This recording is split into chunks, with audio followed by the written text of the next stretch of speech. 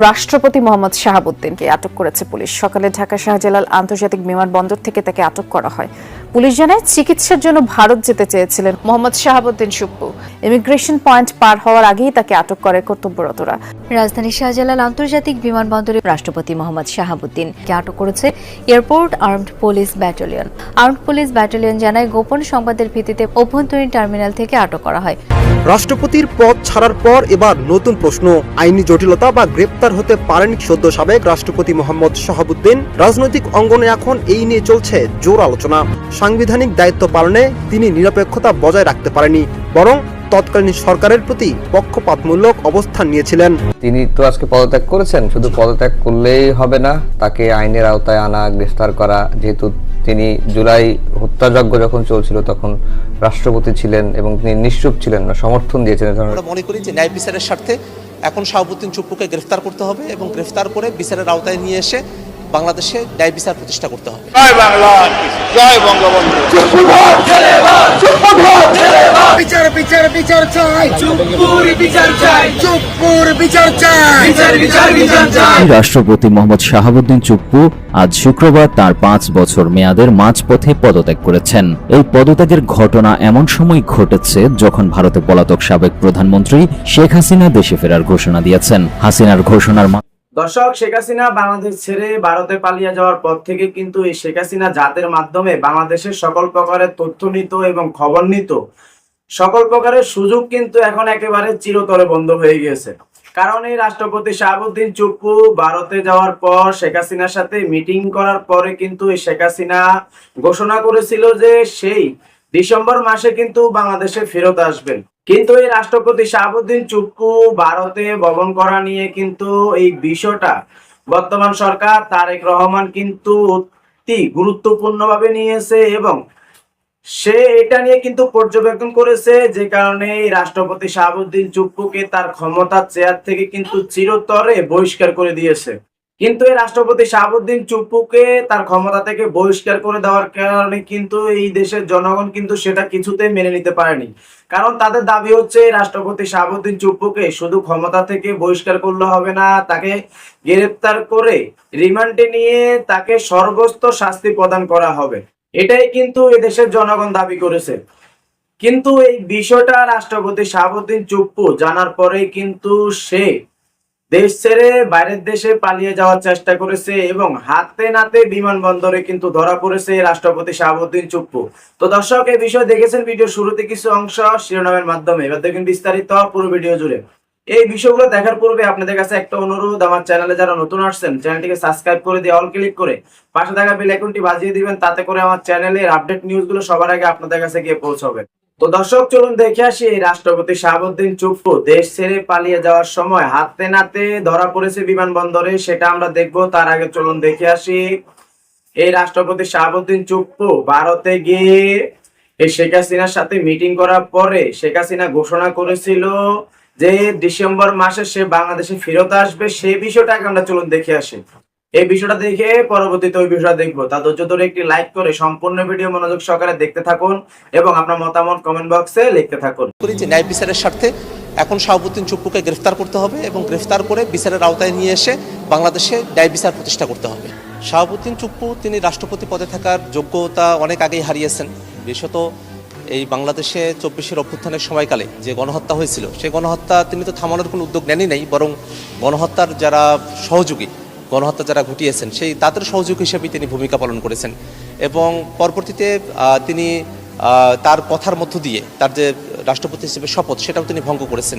যিনি একবার বলেন যে শেখ হাসিনা তার কাছে পদত্যাগপত্র দিয়েছেন, আর একবার বলেন যে তার কাছে আসলে কোনো পদত্যাগপত্র নেই। এই ধরনের দ্বিমুখী বক্তব্য যিনি প্রদান করেন এত সেন্সিটিভ একটা ইস্যুতে, তিনি আসলে রাষ্ট্রপতি পদে থাকার যোগ্যতা রাখেন না। আমরা ইন্টারিমের সময়টা থেকেই রাষ্ট্রপতি হিসেবে শাহাবুদ্দিন চুপ্পু তার অপসারণ সেই দাবি আমরা তখন থেকে আমরা জানিয়ে এসেছি। কিন্তু আমরা এই সরকার গঠন হওয়ার পরে আমরা তাদেরকে বলেছিলাম যে বিএনপি যেন এই সংসদের মধ্যে অভিশংসনের মধ্য দিয়ে শাহাবুদ্দিন চুপ্পুকে বিদায় করে, কারণ আজকে যেটা হলো সেটা হলো যে শাহাবুদ্দিন চুপ্পু নিজে থেকে পদত্যাগ করলেন, কিন্তু বিষয়টা এমন হওয়ার কথা ছিল না। শাহাবুদ্দিন চুপ্পু রাষ্ট্রপতি হিসেবে থাকতে পারবেন না, এই বিষয়টা হবে শাহাবুদ্দিন চুপ্পুকে অভিশংসনের মধ্য দিয়ে, অর্থাৎ তাকে কিন্তু তার যে যোগ্যতা নাই, তিনি যে দায়িত্ব পালন করার ক্ষেত্রে তার যে শর্তগুলো ভঙ্গ করেছেন, এই জন্য কিন্তু তাকে অভিশংসনের মধ্য দিয়ে দায়িত্ব থেকে সরিয়ে দেওয়া দরকার ছিল। আজকে লেন্দি করার কারণে তিনি এই পদত্যাগ করার মধ্য দিয়ে তাকে আজকে সরানো হচ্ছে। বরং আমরা যেটা মনে করি, আজকে যিনি পদত্যাগ করছেন শুধু এই পদত্যাগ করাটাই সুরাহা হবে না, বরং তার গণঅভ্যুত্থানের সময়কালে গণহত্যার পক্ষে তার যে ভূমিকা এবং বিভিন্ন সময়টাতে বাংলাদেশ রাষ্ট্রপতি তার যে অবস্থান এবং অতীতের যে বিতর্কিত কর্মকাণ্ডগুলো আছে, বিশেষত দুদক রিলেটেড যে ইস্যুসগুলো আছে আর কি, সবকিছু মিলিয়ে আমরা মনে করি যে ন্যায় বিচারের স্বার্থে এখন শাহাবুদ্দিন চুপ্পুকে গ্রেফতার করতে হবে এবং গ্রেফতার করে বিচারের আওতায় নিয়ে এসে বাংলাদেশে ন্যায় বিচার প্রতিষ্ঠা করতে হবে। নতুন রাষ্ট্রপতি এমন দেখতে চাই যে দেশ যাতে ভালো চলে, যে দেশের লেগা চেষ্টা করব ভালো করবো, আমরা তারই চাই, যাতে গরিব মাধ্যম পরিবারের সব লোক, দেশের লোক সবাই ভালো থাকতে পারে একজনের দ্বারা, হে যাতে সবারই এক নজরে দেখে, আমরা ওইসব লোকই চাই। সরকারও আমাদের দিকে চাইবো, গরিবের দিকে, মানুষের দিকে, সবার দিকে চাইবো। শান্তি নেই দেশের মধ্যে, গাড়ি ছাড়া শান্তি নাই, মানে মানে কোন দিকে যাবেন, সব দিক দিয়ে খালি রাজনীতির মধ্যে খালি ভেজাল আর ভেজাল। এই যে খুন খারাপি, জেল ফাঁস, এগুলা কি হয়? তোমরা দেশ চালাবা, দেশ চালানোর বাদে কি করো? হেরে মারো, হেরে জেলে তো, হেরে রিমান্ড, মানে বিভিন্ন ধরনেরই এগুলো হইলো। এগুলা আমরা তো ডাল ভাত তাও খেতে পারতেছি না। ওরা হ্যাঁ কি করে, কাক মারা যাবো, কাটটি হ্যাঁ বসে আত্মসাৎ করা যাবো, কাটটি হ্যাঁ বসে কি করা, মানে এই ধরনের রুহুল কবির রেজভিরে দেওয়া যায় আমার দৃষ্টিতে। উনি মনে করেন একটা দলের অনেক একটা দোকান নেতা, উনি কার্ড পাইছে না, উনি কার্ড পাওয়ার যোগ্য ছিল, ঠিক আছে, যে কোনো কারণে কার্ড দিতে না প্রধানমন্ত্রী তারেক জিয়া।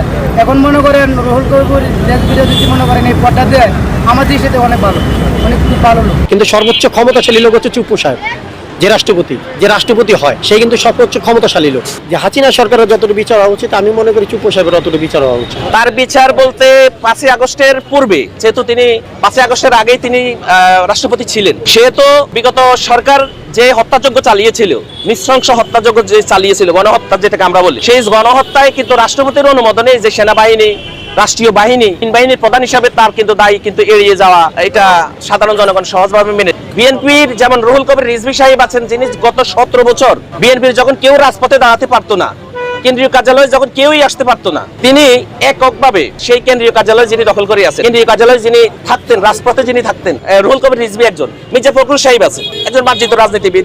আমাদের যে প্রত্যাশা ছিল যে 5ই আগস্টের পরেই যখন রাষ্ট্রের সকল অবকাঠামোগুলো পরিবর্তনের স্বপ্ন দেখেছে, তখনই এদেশের আপমার জনগোষ্ঠী, আপমার মানুষের প্রত্যাশা ছিল যে রাষ্ট্রপতি পরিবর্তন হবে। তো সাংবিধানিক যে জটিলতা, এই জটিলতার ভান করে তাকে রাষ্ট্রপতি পদে রেখে দেওয়া হয়েছে, কিন্তু অবশেষে তিনি রাষ্ট্রপতি থেকে অসুস্থতা কারণ দেখিয়ে তিনি পদত্যাগ করেছেন। মানে আমাদের দেশের জন্য ভালো কিছু করুক, আমাদের দেশের জন্য ভালো কিছু করুক, জানি ওই মানে এক একজনের কাছে গোলামি হয়ে না থাকে।